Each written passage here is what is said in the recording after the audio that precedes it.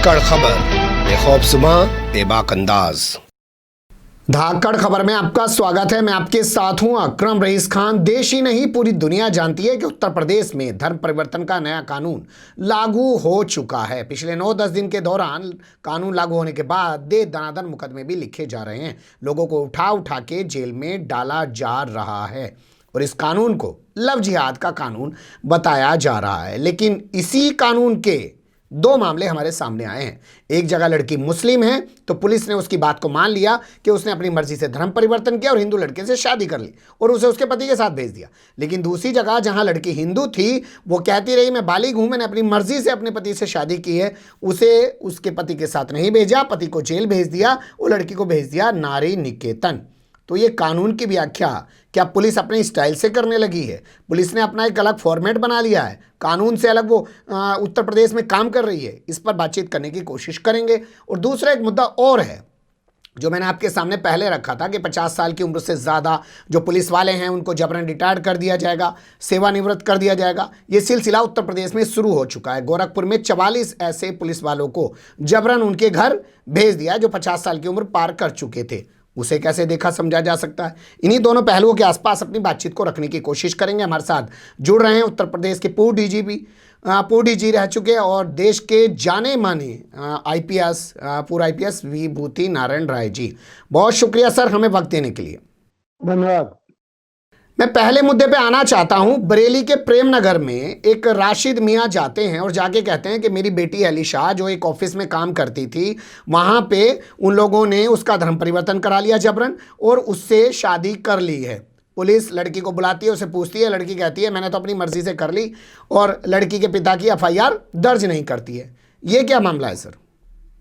देखिए, ये जो कानून बना है, मैं पहले भी आपसे एक बार बातचीत करते समय कह चुका हूं कि इसके पीछे कोई बहुत सही नियत नहीं है। बदनीयती से ये कानून बनाया गया है और इसका मकसद ही समाज को विभक्त करना है। तो ये तो बड़ा स्वाभाविक सा है। ये जो आज किसी अखबार में मैंने देखा 2 घटनाएं एक साथ छपी हैं। एक जिसका आपने जिक्र किया है जिसमें मुस्लिम लड़की हिंदू बन गई, उसका उसके मेरे ख्याल से पिता थाने गए और उनकी कोई एफआईआर नहीं दर्ज की गई। और दूसरे में उल्टा है, हिंदू लड़की मुसलमान हो गई और उसको उसका विवाह रुकवा दिया गया। दोनों लड़कियां बालिग हैं। मेरे ख्याल से दोनों की इच्छा का सम्मान होना चाहिए और इसमें पुलिस को हस्तक्षेप नहीं करना चाहिए। दोनों लड़कियों ने अपनी मर्जी से शादी की है, दोनों लड़कियों ने प्रेम किया है, दोनों लड़कियां बालिग हैं। तो इसमें आमतौर से राज्य को बजाय इसमें हस्तक्षेप करने के, इसे रुकवाने के, इसको प्रोत्साहित करना चाहिए था, जो दुर्भाग्य से उत्तर प्रदेश में नहीं हो रहा है। जो दुर्भाग्य से उत्तर प्रदेश में नहीं हो रहा है। बरेली वाली जो लड़की मुस्लिम है, उसका अलीशा का कहना है मैंने सितंबर में शादी कर ली थी, यानी कि कानून बनने से पहले।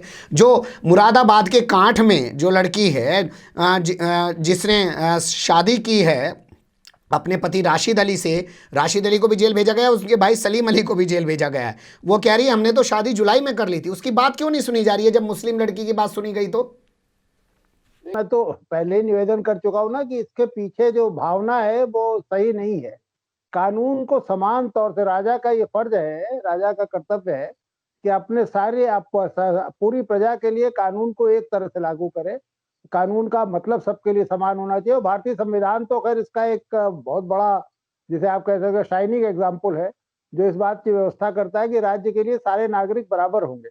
दुर्भाग्य से ये कानून मुझे डिस्क्रिमिनेटरी लगता है और मैंने पहले भी निवेदन किया है कि जब कभी सुप्रीम कोर्ट में इसकी स्क्रूटनी होगी, लीगल स्क्रूटनी में, कॉन्स्टिट्यूशनल स्क्रूटनी में, ये कानून टिकेगा नहीं। बहरहाल अभी तो इसके चलते जिस तरह की घटनाएं हो रही है, आप देख रहे हैं, ये 2 घटनाएं उसका उदाहरण है। सर, विधायिका जो है वो राजनीति करती है, उसे वोट पाना है जनता से, लेकिन जो कार्यपालिका है वो विधायिका की इतनी गुलाम क्यों बन गई है? वो अपने सिद्धांत पे क्यों नहीं खड़ी रह पा रही है? देखिए, बड़ा सीधा सा मामला है ना कि जो विधायिका है, यानी जो हमारे चुने हुए प्रतिनिधि जिन्हें आप कह रहे हैं, जिन्हें विधायिका आप कह रहे हैं, वो एक मंत्रिमंडल बनाते हैं, उन्हीं से एक मंत्रिमंडल बनता है, वो सारी नीतियां बनाते हैं और जो कार्यपालिका है उसकी सारी सर्विस कंडीशंस, उसके ट्रांसफर, पोस्टिंग, प्रमोशन, सबके ऊपर वो भाग्य विधाता की तरह बैठे रहते हैं। तो ये बहुत स्वाभाविक है कि उनकी नजरें कार्यपालिका पहचानती है। और चूंकि इस समय एक सरकार ऐसी है जो अपने सारे कृत्यों से, अपनी सारी उसके पूरे प्रदर्शन से ऐसा लगता है कि वो एक खास तरह के वर्ग के खिलाफ है, एक खास वर्ग के खिलाफ है, जी। धार्मिक पहचान वाले वर्ग के खिलाफ है। तो कार्यपालिका भी उसी की उसके इशारे पे चल रही है, कोई बहुत अस्वाभाविक नहीं। ठीक है, मान लेते हैं उसी के इशारे पे चल रही है, लेकिन काम तो वही करेंगे ना सर जो कानून कह रहा है। जब एक जगह खड़ी होकर अलीशा कहती है मैं बालिग हूं, मैंने अपने पति सिद्धार्थ सक्सेना से शादी अपनी मर्जी से की है और इसमें मेरे पे किसी ने कोई दबाव नहीं बनाया, वहां उसकी बात सुन ले रहे हैं। लेकिन जब पिंकी कहती है मैंने राशिद अली से शादी की है, तो वहां कह रहे हैं उसकी बात नहीं सुनेंगे, उसको नारी निकेतन भेज देते हैं। तो मैं ये जानना चाहता हूँ, कानून के हिसाब से तो चलेगी ना पुलिस?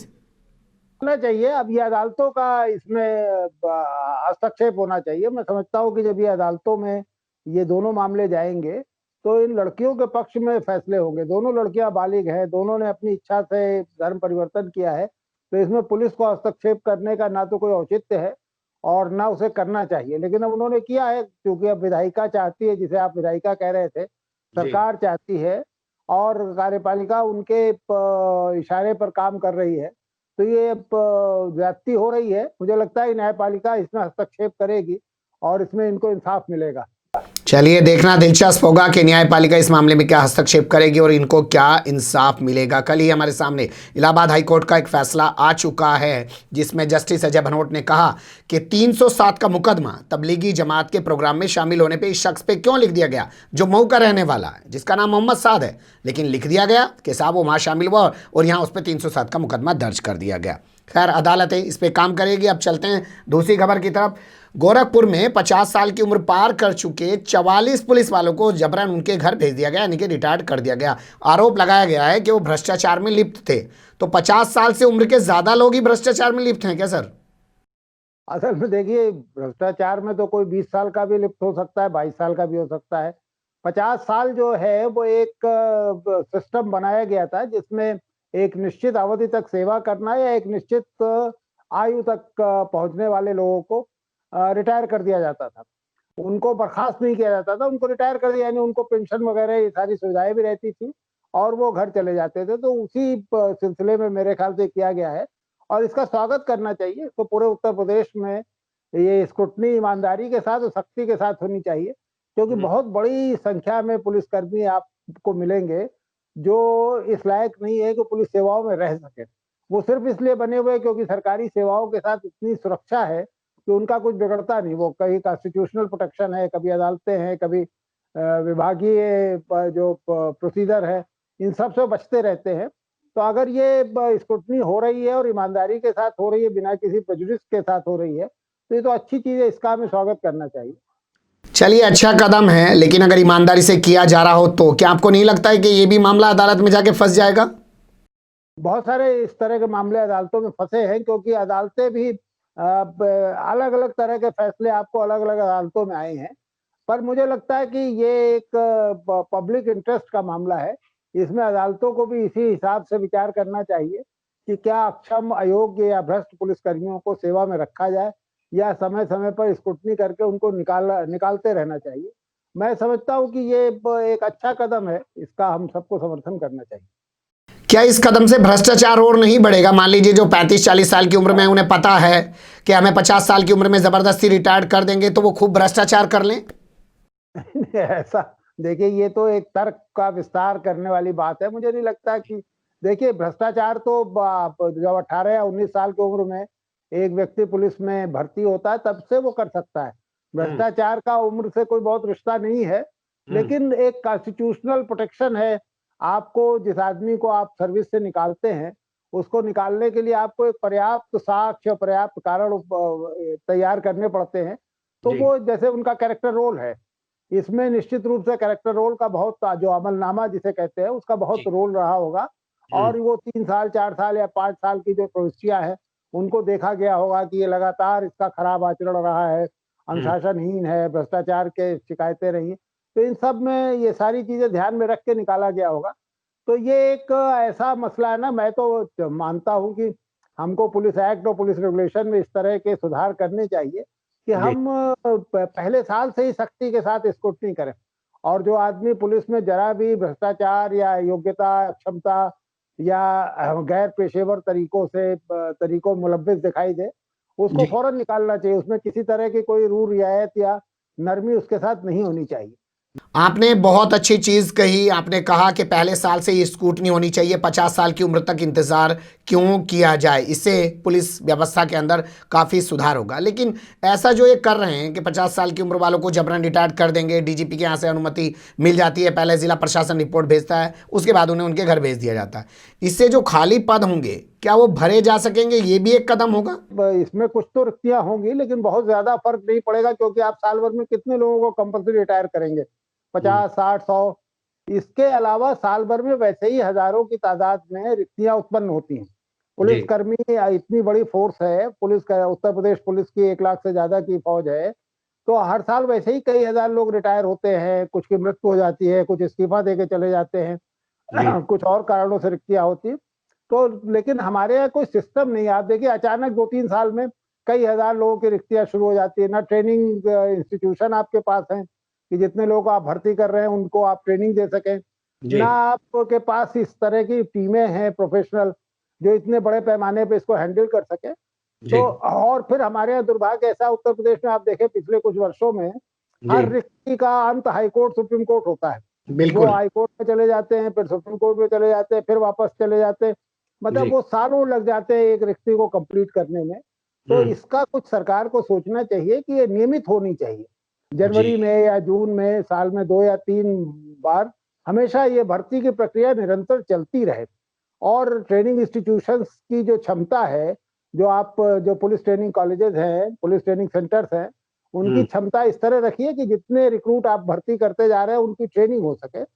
तो ये तालमेल रहना चाहिए। दुर्भाग्य से ये तालमेल उत्तर प्रदेश में गड़बड़ा गया पिछले कई वर्षों से। आप पाते हैं कि अचानक आप भर्ती कर लेते, फिर ट्रेनिंग करने की जगह नहीं रहती। कभी आप भर्ती नहीं करते, कई साल तक नहीं करते, ट्रेनिंग इंस्टीट्यूशन खाली पड़े रहते हैं, कोई काम नहीं होता वहाँ। तो इनमें कुछ ना कुछ कोऑर्डिनेशन होना चाहिए। बड़ा मुद्दा आप उठा रहे हैं, लेकिन आखिर में मैं एक सवाल करना चाहता हूँ। ये 50 साल वाला जो आइडिया है, क्या पहले भी था ये नया आइडिया है कि रिटायर्ड करो घर भेज दो? नहीं, ये तो बहुत पुराना हुआ है। कुछ सरकारों ने इसे ईमानदारी के साथ रेगुलर तरीकों से किया, कुछ ने नहीं किया। ये एक मुझे लगता है कि इसको भी एक योजनाबद्ध तरीके से हर वर्ष 2-3 बार करना चाहिए। और इस तरह के जो डेडवुड जिन्हें कहते हैं ना, जो आपके ऊपर बोझ है विभाग के ऊपर, जो ना चल सकते हैं, ना लिख सकते हैं, ना पढ़ सकते हैं, जिनकी क्षमता कुछ नहीं है, प्रोफेशनल इंटीग्रिटी जिनकी संदेह में रहती है, ऐसे लोगों को आपको निरंतर निकालते रहना चाहिए, ताकि आपका ये बल स्वस्थ भी बना रहे, युवा बना रहे और पेशेवर तरीके से काम कर सके। इसकी ईमानदारी के बारे में भी एक टॉलरेबल लिमिट तक लोगों को इससे शिकायतें ना हो। ठीक है, लेकिन अगर एक सिपाही पुलिस वाले के नजरिए से देखें तो क्या नुकसान है उसको जबरदस्ती ऐसे रिटायर करने के? नहीं, नुकसान सिर्फ सिपाही को मैं नहीं कह रहा हूँ, मैं तो आईपीएस अफसरों को भी कह रहा हूँ। ये तो हर स्तर पर ये स्क्रूटनी होनी चाहिए और हर स्तर पर आपको निकालते रहना चाहिए, ताकि वो जो डेडवुड एक शब्द इस्तेमाल होता है ना, एक बोझ बल के ऊपर हर संगठन में होता है। ये कोई पुलिस का अपना प्रिविलेज नहीं, हर संगठन में ऐसे लोग आ जाते हैं, खासतौर से सरकारी नौकरियां हैं जहां निकाले जाने की संभावनाएं बहुत कम है। बहुत सारी संवैधानिक जहां पर आपको प्रोटेक्शन हासिल हैं, तो वो बड़ा मुश्किल होता है किसी को एक बार वो आ जाए उसे निकाल पाना। तो ये एक प्रक्रिया लगातार चलती रहनी चाहिए। और पुलिस में तो हर स्तर पर, आईपीएस से लेकर के और कांस्टेबल तक हर स्तर पर चलते रहना चाहिए कि जैसे ही कोई व्यक्ति आपको ऐसा लगे कि ये संस्था के लिए, संगठन के लिए उपयोगी नहीं है और ये अगले वर्षों में बोझ हो जाएगा और आप की छवि खराब करेगा, तो उसे निकाल देना चाहिए। अब निकालने के तरीके जैसे ये हो रहा है उत्तर प्रदेश में इस समय हुआ है, ये तो सबसे स्वाभाविक तरीका है जिसमें कि आप एक आदमी ने 20 साल 25 साल नौकरी कर लिए तो पेंशन के साथ घर जा सकता है। लेकिन इसके अलावा भी जो कम अवधि वाले लोग हैं, जिनकी नौकरियां ज्यादा लंबी नहीं हुई हैं, जिन्हें पेंशन नहीं भी मिलेगी, तो उनके साथ भी बहुत मानवीय होने की जरूरत नहीं है।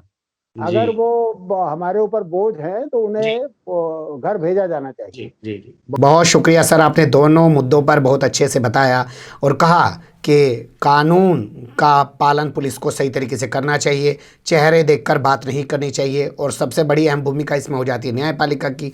और जो पुलिस को जबरन रिटायर करने वाली बात हो रही है, ये काफ़ी अच्छा कदम है, इसकी सराहना की जानी चाहिए, बशर्ते ईमानदारी से ये कदम उठाया जा रहा हो। बने रहिएगा धाकड़ खबर के साथ। फिर ऐसे ही किसी सुलगते हुए या उलझते मुद्दे लेकर हम आपके सामने होंगे हाजिर। फिलहाल अभी हमें दीजिए इजाजत।